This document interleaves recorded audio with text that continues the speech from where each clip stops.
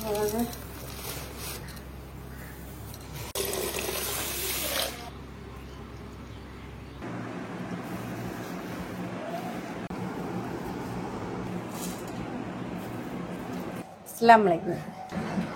அலைக்கும் ரஹ்மத்துல்லாஹி பரக்காத்துஹு.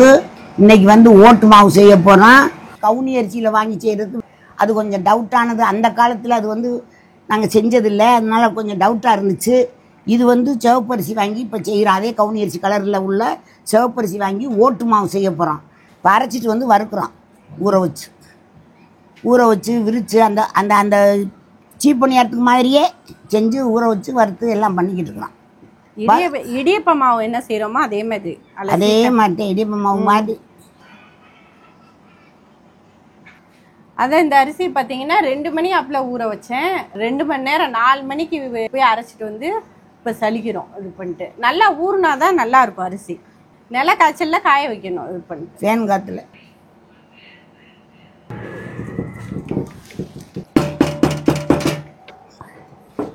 கல் உப்பு போட்டு கலக்கிறோம்.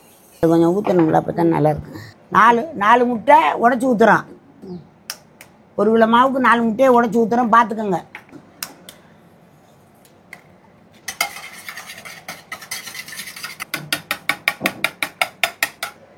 சர்க்கரை அப்புறம் அரைச்சிக்கிட்டு வரணும். நாங்கள் இப்போ ஊற்றுறது முட்டையை அடித்தாச்சு. தேங்காய் பால் ஊற்றுறாங்க. நாங்கள் வெள்ளை முட்டை போட்டிருக்குறோம்.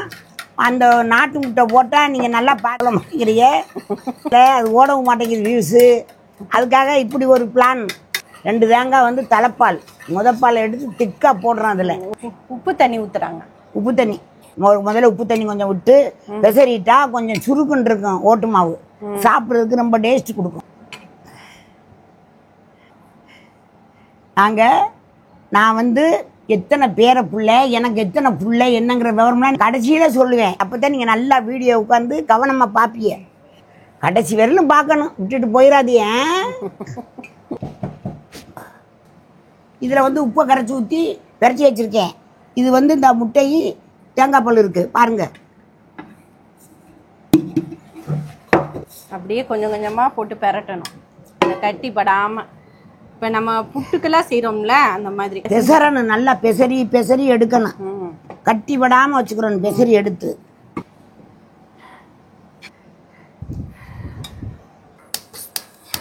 நீங்கள் வந்து சொன்னீங்கல்ல, இதை தூக்குமா. இந்த அடுப்பு சின்னதாக வாங்கியாச்சு. எனக்கு தோதான ஒரு சின்ன அடுப்பு வாங்க சொன்னீங்க, வாங்கியாச்சு. சட்டியும் பெரிய சட்டி வாங்கியாச்சு. அடுப்பும் சின்ன அடுப்பாக நல்லா அம்சமாக வாங்கியாச்சு. பிஸ்மில்லாஹிர் ரஹ்மானிர் ரஹீம். எத்தனை பிள்ளைய பேர பிள்ளையெல்லாம் கேட்குறிய. வறுத்த மாவு வறுக்கும்போது டேஸ்ட்டாக இருக்கும்ல அந்த மாவு. அதனால டேஸ்ட்டாக உங்களுக்கு சொல்லிடுறேன்.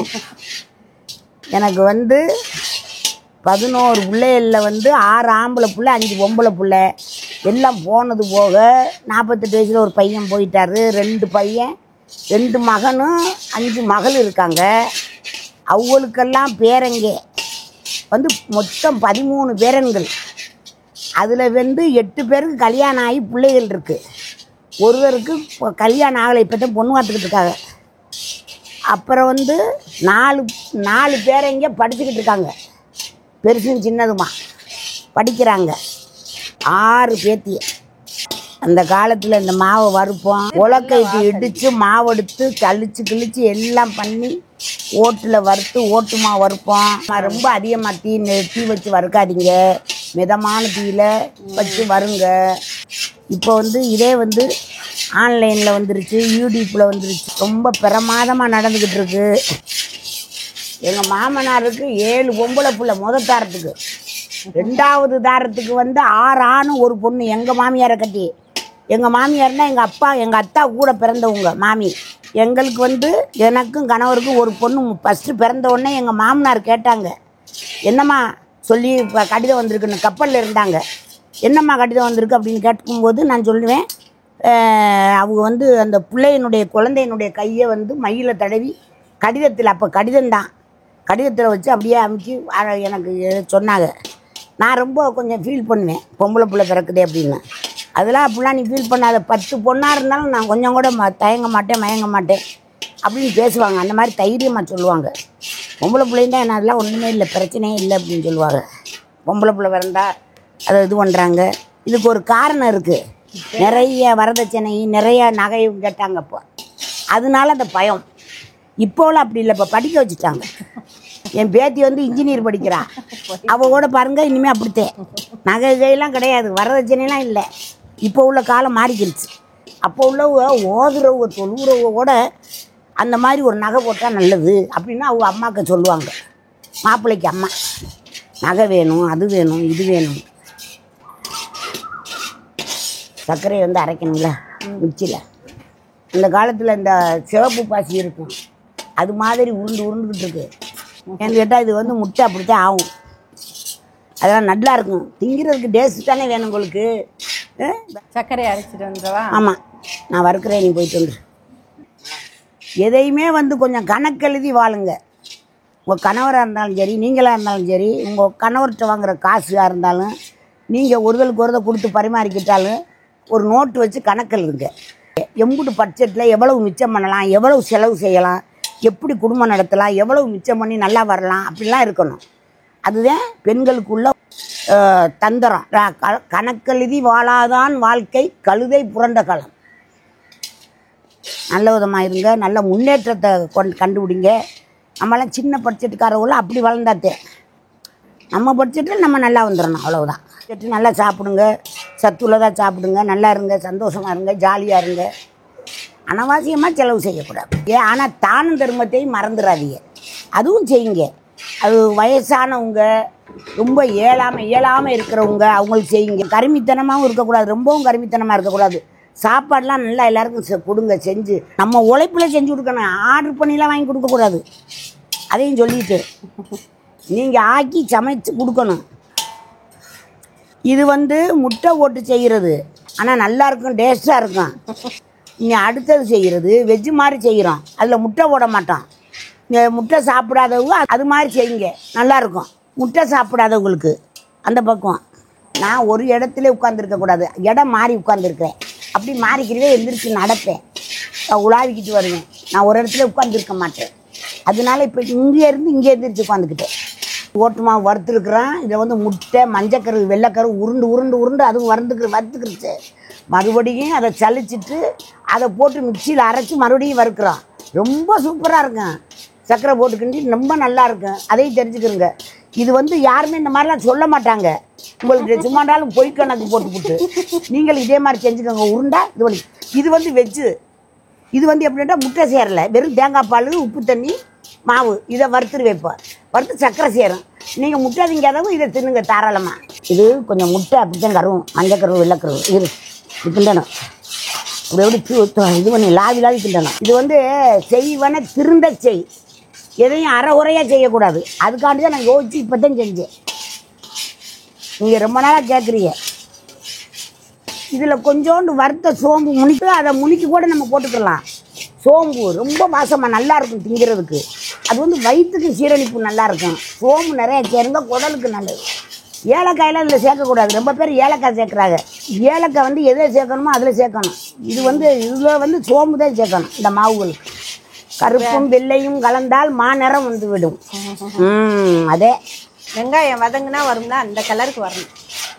தேவைக்கு ஏற்ற அளவுக்கு சர்க்கரை சேர்த்துக்கோங்க. மிக்சியில் அரைச்சாச்சு, கல்லுக்கெல்லாம் கிடக்கும். அதுக்காக நாங்கள் அதை அரைச்சி உங்களுக்கு தேவைக்கு தகுந்த மாதிரி சேர்த்துக்கோங்க. சுகர் உள்ளவங்களும் இருக்கிறிய, சுகர் இல்லாதவங்களும் இருக்கிறிய, அளவாக பார்த்து சேர்த்துக்கிறோங்க. சேர்த்து வறுத்துக்கங்க. இன்னைக்கு லேட்டாக ஆரம்பித்ததுனால இருட்டி போச்சு, இருட்டாயிருச்சு. ஆனால் இப்போ செஞ்சுட்டேன். நல்லா முறுமுறுன்னு இருக்குப்பா, முறுக்கு மாதிரி.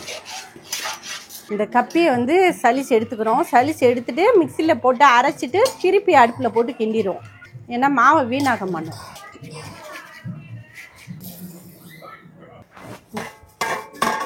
அப்படி தட்டிவிட்டா சரியா போச்சு. சரியா போச்சு. இது கொஞ்சம் தான் இருக்கும். இந்தா நெய் போட்டு சூட்டோட போட்டு கிண்டிக்கங்க. உங்களுக்கு ஒன்றும் நல்லா டேஸ்ட் கொடுங்க. இருக்கும், தங்கி வச்சேன், அதில் இருக்கும் அந்த சட்டியில். வெஜ்ஜு ஓட்டு மாவை போடுறேன். இதில் வந்து முட்டை சேரலாமா பார்த்துக்கோங்க. அவ்வளோதான். கிண்டு கிண்டு கிண்டு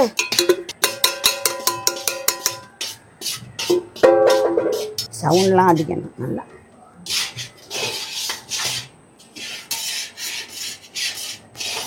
அதாவது நார்மல் மாவுக்கு வந்து கப்பி வரும் இடியப்ப மாவு வறுக்கிறதுக்கு, அதே மாதிரி இதுக்கும் கப்பி தான் வரும். கப்பி வர்றதுனால சலிச்சிட்டு அந்த கப்பியை போட்டு மிக்சியில் அரைச்சி மறுபடியும் சேர்த்துருங்க, சரியா போச்சு. இரும்பு சட்டியில் செய்கிறது எந்த பொருளும் நல்லா இருக்கும். வீட்டில் செஞ்சாலும் முட்டை பொரிச்சாலும் ஆப்பம் சுட்டாலும் என்ன குடித்தாலும் இரும்பு சட்டியில் செய்யுங்க. இரும்பு சட்டியில் இரும்பு சத்து கிடைக்கும் நமக்கு. நல்லா வாசமாக இருக்குது. வாசம் அடிக்குது பார்த்தியா எப்படி வாசம் வரும். இதில் தான் இரும்பு சத்து வரும். நல்லா எந்திரிச்சு குதி.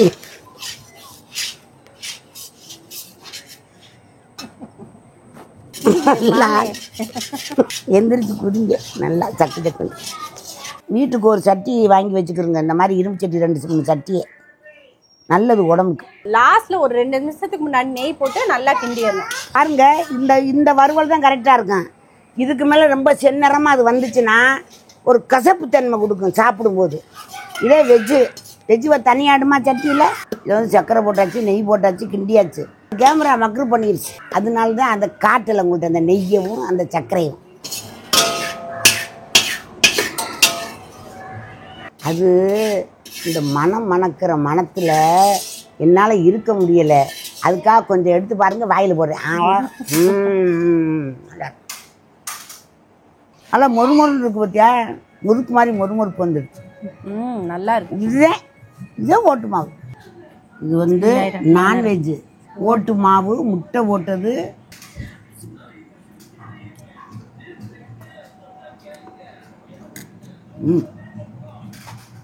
வேற லெவலில் இருக்குது. சூப்பர்.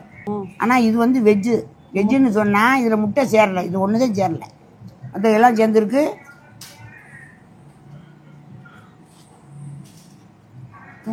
இதுவும் டேஸ்ட்டாக தான் இருக்கு. இதுவும் நல்ல டேஸ்ட், நல்லாயிருக்கும். ரெண்டுமே நல்லா தான் இருக்கும். பசங்களுக்கு இது மாதிரி செஞ்சு கொடுங்க, ரொம்ப பிடிக்கும் பசங்களுக்கு.